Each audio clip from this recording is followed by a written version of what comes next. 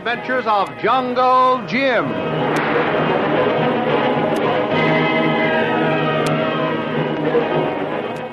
The adventures of Jungle Jim, broadcast weekly over this station, are dramatized from the full-color action pictures to be found in the Comic Weekly, the world's greatest comic supplement, which comes to you each week with your Hearst Sunday newspaper.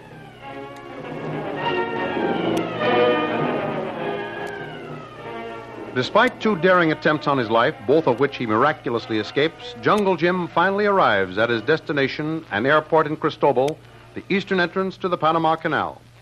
As Jim, Kitty, and Kolu step from their plane, a member of the Army Intelligence Corps meets them and takes them to a nearby hotel where Jim is introduced to Colonel Barrett, commanding officer of the Army Intelligence Service in the Canal Zone. The colonel gives Jim one final chance to give up the job, which, in addition to costing the life of Inspector Channing, has already brought death to 3 of Colonel Barrett's best men. Jim expresses his determination to go through with the job and bring the traitors and saboteurs to justice. Without any further delay, Jim sets out on the trail of the saboteur. That same night, a motorboat with Lieutenant Watkins at the helm slips out across the bay. Jim's heart swells with pride as they pass a sleek battle cruiser of the United States Navy. Both Jim and Kitty gaze in admiration as the big ship slips along in the placid waters. Oh, Jim, isn't that a beautiful sight? It's absolutely thrilling. Yes, Kitty, it surely is. That's one of our newest battle cruisers. She's going through the big ditch, the Panama Canal, America's lifeline. If that great piece of engineering was ever destroyed or damaged, our national defense would be very badly weakened. It's threatened now, threatened with sabotage. We've got to prevent that, Kitty, and we can't fail. I realize the tremendous importance attached to this job of ours, Jim, and believe me, I'm ready to sacrifice even life itself to see it through to a successful conclusion. My one desire is to be able to do full justice to all the confidence you've placed in me. I know you live up to expectations, Kitty. You've proved that to me on 3 separate occasions, that you had plenty of courage. The first time was that terrific trek through the jungle, fighting jungle fever and hostile natives, and finally getting through. Then again, you showed me plenty of stuff when we were swept overboard in that tropical storm and had to fight our way to that uninhabited island. You certainly made good then. And it took plenty of courage to face the realization that your fortune had been swept away. And you went out and got the first job you could find instead of taking help from a lot of well-meaning friends. Oh, you'll do all right, Kitty. I'm sure of that. Thanks, Jim. All I need is a little encouragement from you, and I'll come through. By the way, how long are we going to be aboard this launch, Jim? Well, the landing spot I picked out is a place about an hour's run from here. After we've landed, we'll push our way inland for a little way and then set up camp for the night. Get a good night's rest and make an early start in the jungle country tomorrow morning. Sergeant O'Hara, come up and take the wheel now, will you? We're out in the clear, and it's just a straight run. Aye, aye, sir. Coming right up. Well, Mr. Bradley, you got a swell night to start out on your little trip. Yes, a little too good, Lieutenant. I'd have been just as happy if we had a good overcast sky. The moon is too bright. It's almost as bright as daylight. Yeah. If the enemy happens to have any spotters on watch this late at night, they won't have any trouble picking us out. Yes, sir. You might just as well stay at the hotel, got a good night's sleep, and an early start in the morning. There's no advantage in traveling at night to cover up your movements when the moon is as bright as this. Mm-hmm. Now, let's hope the enemy doesn't have any scouts posted. After all, it has been quite a while since we sent an expedition in here. We may have gotten a little careless by now, figuring we've given up. This spot we picked to land in is a new place, isn't it? None of the previous parties have come up quite that far, I understand. That's right, Mr. Bradley. The rest of them all worked overland from our base. But it wasn't far inland from the spot at shore landing that we found Captain Barkley. He was found shot through the shoulder with the native arrow, wasn't he? Yes. Yes, but it wasn't the arrow that did the damage. It was the poison those arrowheads are dipped in. A subtle but deadly poison known only to the Indians of this part of the world. That's the really tough part of a fight like this. You never get a chance to take a shot at the guy who's taking a shot at you. You seldom, if ever, see them and never hear them. It's sudden but silent death that stalks those jungles in there. Well, this isn't the only spot on Earth where that happens, Lieutenant. I've had plenty of experience in the Malay jungles, where death is just as sudden and every bit as silent. Those natives there are quite as dangerous as these Central American Indians, and I've managed to survive them. I guess that's why they sent for you, Bradley. Our men weren't quite fitted to cope with this brand of jungle fighting. You know how to campaign in the jungles. That means everything. The brains back of this sabotage plot was certainly smart in picking the center of this jungle for a hideout. He's next to impossible to find. Well, I've tracked them down in just as impossible places. No human being is infallible. Everyone is bound to leave some telltale clue somewhere that leads to their downfall. Yeah. No matter how smart and crafty this head saboteur may be, he's only human like the rest. I hope you get him, Mr. Bradley. We've got 3 scores to settle with him. For Captains Barkley and Lawson and Lieutenant Dobson. I've got a little account myself from Inspector Channing I'd like to settle, too. Let's hope I can settle for all of us.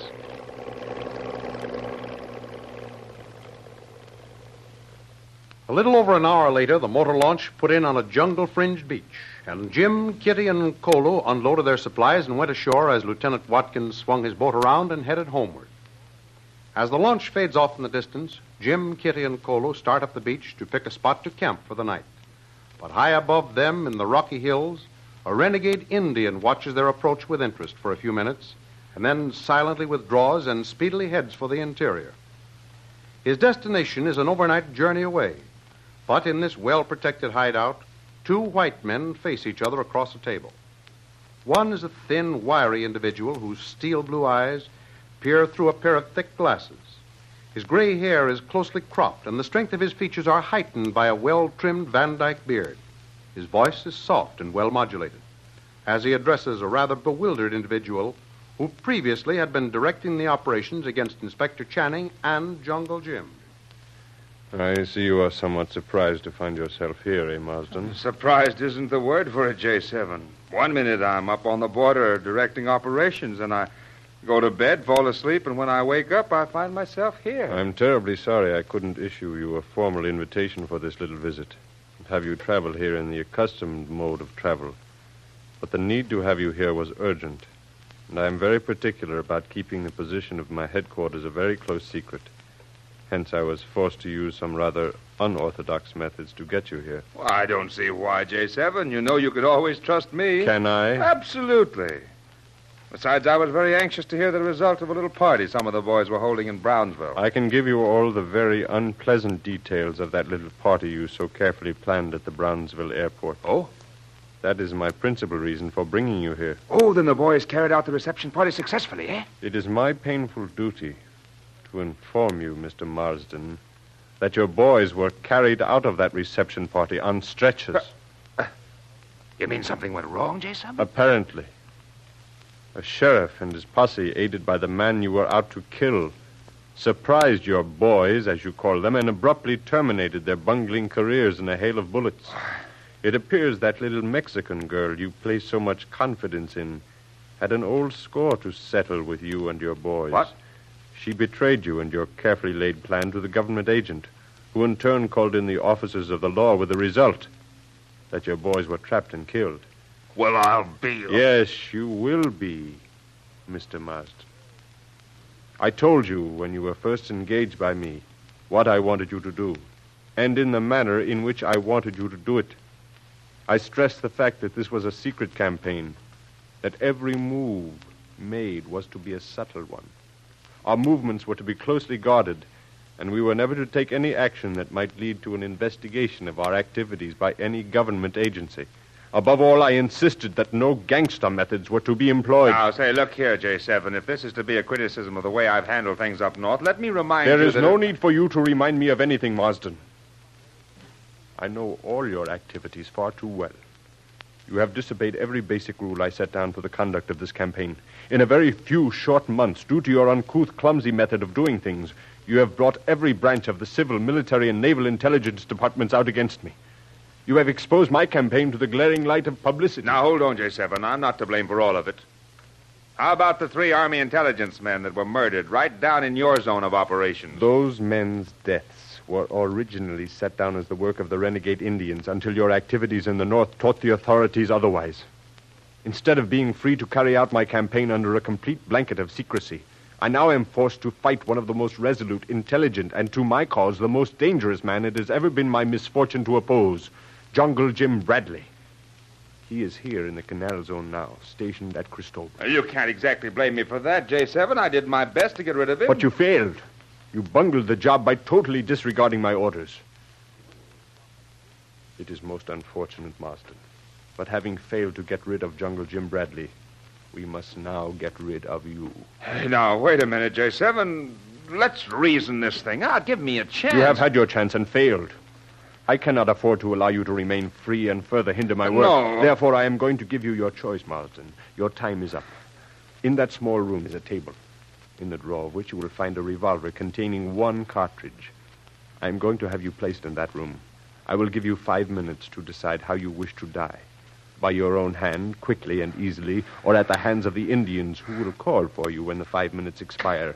I don't have to warn you that their methods of dealing out death are not quite so humane or as direct as You mine. don't mean this, J7. Give me another chance. There is nothing more to be said, Marsden. Quinto, Sute, Come take on. this gentleman into the room and lock the door. Then leave unless you hear the signal. Return in 5 minutes and, well, you know what to do. No. Go ahead, Marsden, and for once, take my advice. Choose the easy way out. Ibu.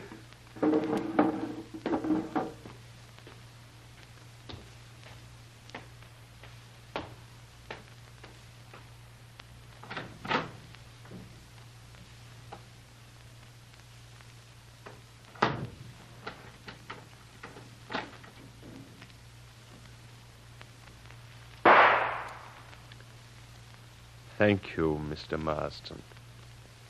Now I am alone. Alone to carry out my plan successfully. No one shall stop me now.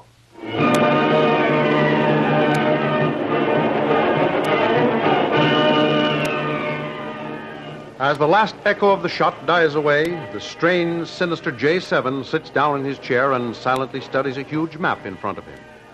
But not too far away on the edge of the jungle, Jim, Kitty, and Kolu have pitched their camp and prepare for their first night of the dangerous campaign to save the Panama Canal, America's lifeline, from sabotage. In the meantime, a swiftly moving Indian speeds through the night carrying the news of their arrival. Don't miss the next exciting episode in the adventures of Jungle Jim.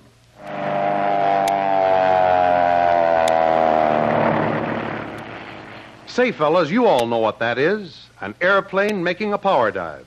And speaking of airplanes, I wish you could have been with me this afternoon. I spent the most thrilling hour and a half I've ever spent in my life in the studios of Wallace Rigby in New York City. Mr. Rigby, you know, is the internationally famous designer of model airplanes, tanks, powerboats, and model giant ocean liners. I wish you could have been with me to see the model airplanes flying around, taking off, landing. Say, it was just like being in the middle of a busy airport. The reason I went over to Mr. Rigby's studios was to see copies of the new model airplanes that the Comic Weekly is going to make available to you. Yes, that's what I said. The Comic Weekly is really going to make a lot of these model airplanes available to you, and they begin in the December 1st issue of the Comic Weekly. Remember, December 1st, 2 weeks from now. Every week, the Comic Weekly will devote a half page to these model airplanes. They're positively accurate in every detail, drawn to scale with all the correct colors. And you'll find the full and complete instructions on how to cut them out and put them together. There will be a minimum number of parts to paste together, and the assemblage of the parts is absolutely foolproof and easy to work. Beginning December 1st, the first model will be the new United States Army fighter, the Bell Airacobra. You can start cutting out these models, putting them together, and start a collection of real model airplanes. So tell your dad and mother now to be sure and order the Hearst Sunday newspaper that brings you the Comic Weekly, containing these new full-color airplane models for you to cut out, assemble, and save. It's loads of fun, so don't miss them. There will be more thrilling radio adventures of Jungle Jim heard at the same time next week over this same station. Be sure to tune in.